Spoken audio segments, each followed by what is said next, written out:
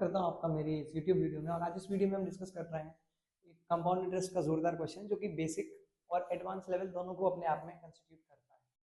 Compound interest के इस question में हमें दिया हुआ है सबसे पहले प्रिंसिपल, रेट, दैट्स इट। और अब हमें इन पार्ट्स के अंदर जो जो चीज़ें हमसे बोली गई हैं फाइंड करना वो करनी है। जैसे कि फर्स्ट पार्ट में हमें फाइंड करना है interest for first year, second part में हमें फाइंड करना है principal for second year, third part में हमें फाइंड करना है इंटरेस्ट फॉर सेकेंड ईयर, और लास्ट पार्ट में हमें फाइंड करना है amount for the period of 2 years. ये चार चीजें हमें निकालनी है। सबसे पहले हम बात करेंगे interest if the period is 1 year. तो आपको हमने पहले भी क्लास में बताया हुआ है, जो बच्चे हमसे पढ़े हुए हैं या जो नहीं भी पढ़े हुए हैं वो भी सुन लें कि अगर आपको कंपाउंड इंटरेस्ट निकालना होगा, अच्छा यहाँ पे इंटरेस्ट का नाम मेंशन नहीं है कि कंपाउंड इंटरेस्ट निकालना है, तो आप ये समझ जाइएगा कि जब कंपाउंडेड एनुअली है तो जो आपसे इंटरेस्ट पूछा गया है ऑब्वियसली वो कंपाउंड इंटरेस्ट ही पूछा गया है। तो अगर आपको कंपाउंड इंटरेस्ट डायरेक्ट निकालने बोल दिया जाए तो कंपाउंड इंटरेस्ट निकालने से पहले आपको निकालना होगा कंपाउंड अमाउंट। और कंपाउंड इंटरेस्ट में जो फॉर्मूला भी है आपको पता ही होगा, वो अमाउंट का है ना कि कंपाउंड इंटरेस्ट का। और अमाउंट का फॉर्मूला ऑलमोस्ट हर कोई ही जानता है, होता है A is equals to P1 plus R upon 100 whole raised to the power of n। इसके बाद क्वेश्चन में हमें प्रिंसिपल गिवन है, क्वेश्चन में हमें रेट गिवन है, जरूरत पड़ेगी बस नंबर ऑफ ईयर्स की। तो देखिए फर्स्ट पार्ट में नंबर ऑफ ईयर्स भी हमें गिवन है। अब अगर हम इसे सॉल्व करें तो प्रिंसिपल हम रख देंगे यहाँ पे 40,000, रेट हमारा दिया हुआ है 8%, और पावर आएगी ऑब्वियसली नंबर ऑफ ईयर्स की, और फर्स्ट पार्ट में नंबर ऑफ ईयर 1 है तो यहाँ पे 1 की पावर आ जाएगी। यानी कि 1 लिखना ना लिखना एक ही बराबर रहेगा, क्योंकि 1 की पावर का अपने आप में कोई मीनिंग होता नहीं है। 1 की पावर लगाओ या ना लगाओ बात एक ही है। अच्छा ये हमने डिस्कस किया हुआ है कि मल्टीप्लाई में ही रहता है, तो 40,000 और यहाँ पे 8 और 100 हमने क्लास में कई बार डिस्कस किया है कि 100 4 की टेबल में 25 टाइम्स आता है, तो 4 25 से 100 हो जाएगा, और 4 2 8 होता है, हर कोई जानता है। और हमने ये भी सीख लिया था कि अब ये बचेगा 1 होल 2 बाई 25। अगर 1 प्लस 2/25 लिखा है उसे हम 1 होल 2 बाई 25 लिख लेंगे, और इस पूरे पे 1 की पावर है जो कि अब हम नहीं लगाएंगे। इसको इस टाइप से लिखने से फायदा ये होगा कि हमें बिना एलसीएम के इसका इम्प्रॉपर फॉर्म मिल जाएगा, और अब हम उसे सॉल्व कर लेंगे। 40,000 multiplied by 25 1s are 25 plus 2 27 and upon 25। 25 से अभी मैं इसे डायरेक्ट कैंसिल कर रहा हूँ। अगर आपको डिवीजन में प्रॉब्लम हो तो इसे आप कॉपी के पीछे जाके अलग से भी डिवाइड करके देख सकते हैं। बाकी मैं तो सलाह दूंगा कि इस डिवीजन को यहीं उड़ाया जाए। देखिए कैसे, 25 1s are 25, यहाँ लिखा है 40 जो कि 25 से 15 ज्यादा है, तो 15 कैरी आप नेक्स्ट वाले पे भेज दो, तो ये 0 पे 15 की कैरी आएगी तो हो जाएगा 150। और 25 6,000 होता है 150, क्योंकि 25 4,000 100 होता है, तो उसमें 100 में अगर 2 बार 25 और जोड़े तो 150 हो जाएगा। ऐसे 25 6,000 150 का आप लॉजिक लगा सकते हो। यानी कि इस जीरो तक का काम आपने कर दिया पूरा। 2 जीरोस बचे हैं तो उसकी जगह आप 2 जीरोस पुट कर दो, तो यहाँ पे 25 1 25 से पूरा का पूरा उड़ के और यहाँ बच गया 1600। अब यानी कि अमाउंट के लिए आपको बस 1600 और 27 को मल्टीप्लाई करना है। यानी कि अमाउंट आपकी बस इतनी होने वाली है, 1600 मल्टीप्लाइड बाय 27। 1600 मल्टीप्लाइड बाय 27 करने के लिए या तो आप वर्बली कॉपी के पीछे जाके ऐसा कर सकते हैं, 7 6 are 42 4 carry, 7 1 7 plus 4 11, 2 6 are 12 1 carry, 2 1 2 plus 1 2 3 4 432 आ रहा है। 432 लिख देंगे, लेकिन क्योंकि 1600 में 2 जीरोस थे तो फाइनल आंसर में 2 जीरोस लगा देंगे, तो ऐसे आपकी अमाउंट आ जाएगी 43200। पर ये आंसर नहीं है, हमें तो फर्स्ट केस में निकालना था इंटरेस्ट। अब आप इंटरेस्ट निकाल सकते हो, पहले आपको अमाउंट ही निकालना होगा इस फॉर्मूले का यूज करके, जो कि कंपाउंड इंटरेस्ट का फॉर्मूला होता है। इस फॉर्मूले का यूज करके आपने जैसे ही निकाल लिया अमाउंट, अब आप निकाल सकते हैं। तो लिख देना hence CI is equals to amount minus principal. ये भी हमने क्लास में डिस्कस किया हुआ है, जो बच्चे नहीं जानते हैं वो जान लें कि कंपाउंड इंटरेस्ट अगर आपको निकालना होगा तो आप अमाउंट में से प्रिंसिपल को माइनस कर देना। और यही इस क्वेश्चन को थोड़ा अच्छा भी बनाता है कि आपसे उन्होंने कंपाउंड इंटरेस्ट पूछा था। अभी आपको पता होना चाहिए कि इस क्वेश्चन में पहले आप अमाउंट कैलकुलेट करेंगे, जैसे कि अभी यहाँ पे हमने कैलकुलेट किया। अगर इस कैलकुलेशन में आपको कहीं कुछ डाउट हो तो आप कमेंट सेक्शन में ड्रॉप कर दीजिएगा। तो CI निकालने के लिए अमाउंट हमारी आई है 43,200 और प्रिंसिपल हमारा था 40,000। 43,200 में से 40,000 जाएगा तो आई होप आप समझ गए होंगे 3,200 रुपीज बचेंगे। यानी कि जो फर्स्ट केस का आंसर होगा वो होगा 3,200 रुपीज। पहले साल का कंपाउंड इंटरेस्ट इतना होगा।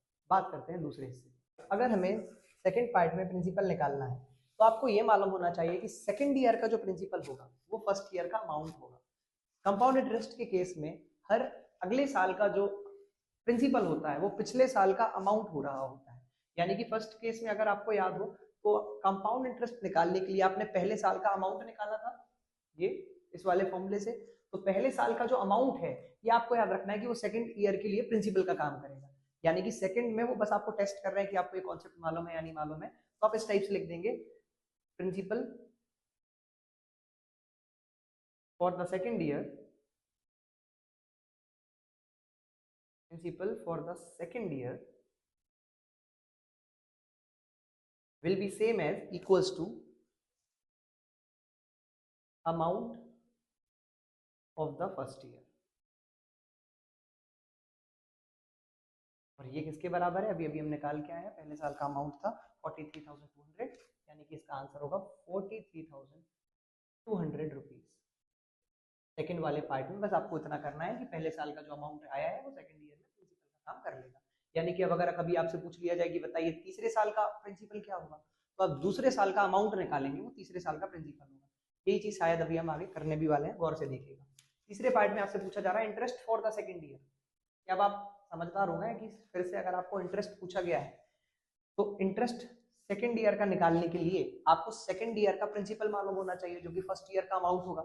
ताजा ताजा लिख के आ रहे हैं। तो सेकेंड ईयर का इंटरेस्ट निकालने के लिए आप सेकेंड ईयर का प्रिंसिपल लिख लेंगे, दैट इज इसमें आप गिवन में लिखेंगे प्रिंसिपल को आप कह दीजिएगा PN, इसका मतलब रहेगा न्यू प्रिंसिपल, या फिर इसको हम P2 कह देते हैं, यहाँ से क्लियर रहेगा। P2 का मतलब होगा principal for the second year, है ना। वहां पे जहाँ पे हमने डायरेक्ट P लिखा था इसका मतलब है principal of the first year, और P2 का मतलब है principal for the second year. Principal for the second year ताजा ताजा निकला है 43,200, हम लिख लेंगे इतना रुपीज।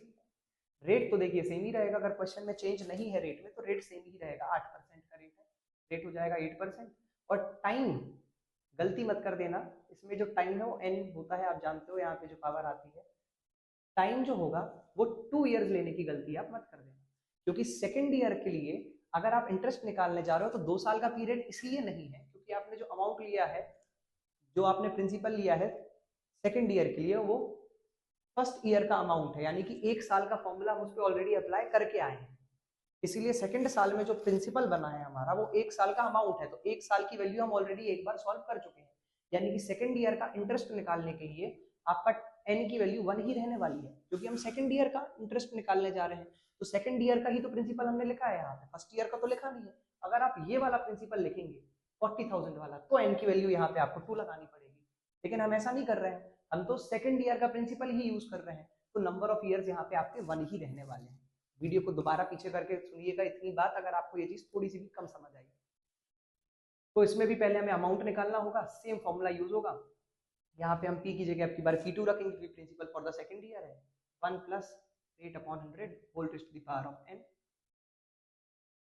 P2 हमारा 43,200 हो जाएगा। अगर आप यहाँ पे 40,000 रख के करेंगे तो और यहाँ पे 2 की पावर लगा देंगे तो भी आंसर इतना ही आएगा, अच्छा जितना कि इससे करने का आएगा। 1 प्लस रेट है हमारा 8 divide by 100 and whole raise to the power of n which is just 1। अब अगर हम इसके आगे बात करें तो 43,200 मल्टीप्लाइड बाय, अभी अभी किया था 4 2 8, 4 25 100, ये बचेगा 1 होल 2 बाय 25। इस टाइप से इसको मिक्स्ड को अगले स्टेप में इम्प्रॉपर में लिख लेंगे तो हो जाएगा 43,200 इंटू 27/25, एकदम सेम जैसा कि यहाँ पे हुआ था 27/25 बन गया था, बस वहाँ पे प्रिंसिपल 40,000 था, यहाँ पे 43,200 है क्योंकि दूसरे साल का प्रिंसिपल है तो पहले साल का अमाउंट है। अभी भी ये 25 से रिड्यूस हो जाएगा, समझने का प्रयास कीजिएगा। 25 वन था तो 25 है, देखिए 25 2 जा 50 होता है, तो फिर से हमें वन टाइम में यहाँ पे लेना होगा 25 वन जा 25, लेकिन यहाँ तो 43 लिखा है। 43 25 से अगर आप समझ पाए तो 18 ज्यादा है ना। अगर आप इतना लंबा डिवीजन वर्बली ना कर पाए तो कॉपी के पीछे 43200 को 25 से डायरेक्ट डिवाइड कर लीजिएगा, अभी मैं डायरेक्ट लिख रहा हूँ, या फिर आप 5 से इसको 2 बार रिड्यूस भी कर सकते हैं, तो ये 5 से ही करते हैं, आपको आसान पड़ेगा। 5 5 जा 25 और यहाँ पर अब 5 8 जा 40 लिखेंगे आप, 3 बचेगा, 2 पे जाएगा 32 हो जाएगा, 5 6 जा 30, अभी भी 2 बचेगा, 0 पे जाएगा 20 हो जाएगा, 5 4 जा 20 और ये वाला 0 एज इट इज आ जाएगा। अब 5 1 जा फिर से 5 होगा, यहाँ भी 5 1 जा 5, 3 इस पे जाएगा 36, 5 7 जा 35, 1 बचेगा, 4 पे जाएगा 14, 5 2 जा 10, 4 बचेगा, 0 पे जाएगा 40, तो 5 8 जा 40, यानी कि इस केस में आपके पास बच रहा है 1728 मल्टीप्लाइड बाय 27, और इसे हम जैसे ही मल्टीप्लाई करेंगे तो हमारे पास आ जाएगा amount for the second year, amount आ जाएगा हमारे पास क्योंकि हम अमाउंट निकाल रहे हैं। आई होप आप भूले नहीं होंगे, ये अमाउंट निकल रहा है हमारा, अभी इंटरेस्ट नहीं निकल रहा है। इसको हम क्विकली मल्टीप्लाई करते हैं 1728 into 27। वीडियो पॉज करके आप ट्राई कीजिए जब तक इसको मल्टीप्लाई करने का। 56, 7 to the 14 और 5 19, 1 carry, 7 the 7 and 5 12, 2 8 the 16, 1 carry, 2 to the 4 plus 1 5, 14, 1 carry and 6 15 6 46656 rupees. ये आया है amount for the second year. अब हम इसके बाद निकालेंगे, इसको भी एक काम करो आप, ए ना लिख के इसको लिखो A2, ताकि ये क्लियर हो जाए कि this is the amount for the second year. तो ये आ गया है amount for the second year 46656 rupees. तो इसके बाद 46656 रुपीज इज द अमाउंट। तो CI2 कह दो इसको भी, compound interest for the second year. तो ये कैसे आएगा, सेम फॉर्मूला, अमाउंट में से प्रिंसिपल घटा के। पर कौन से अमाउंट में, दूसरे साल के अमाउंट में से कौन से प्रिंसिपल को सब्ट्रैक्ट करके दूसरे साल के प्रिंसिपल को सब्ट्रैक्ट करके। दूसरे साल का अमाउंट ताजा ताजा वहां निकाला है 46656 माइनस दूसरे साल का प्रिंसिपल कितना था, फर्स्ट साल का अमाउंट जो कि था 43200, वहां भी आप देख सकते हो 43200 सब्ट्रैक्ट करेंगे तो आंसर आएगा 56। तो 56 एज इट इज आ जाएगा। 466 में से 432 माइनस करना है, 6 में से 2 कर दीजिए, 6 में से 3 कर दीजिए और 4 में से 4 मत करना, 0 ही आएगा क्योंकि 3456 rupees will be the compound interest for the second year. ये होगा हमारे थर्ड वाले पार्ट का answer, interest for the second year. ये रहा हमारा CI2।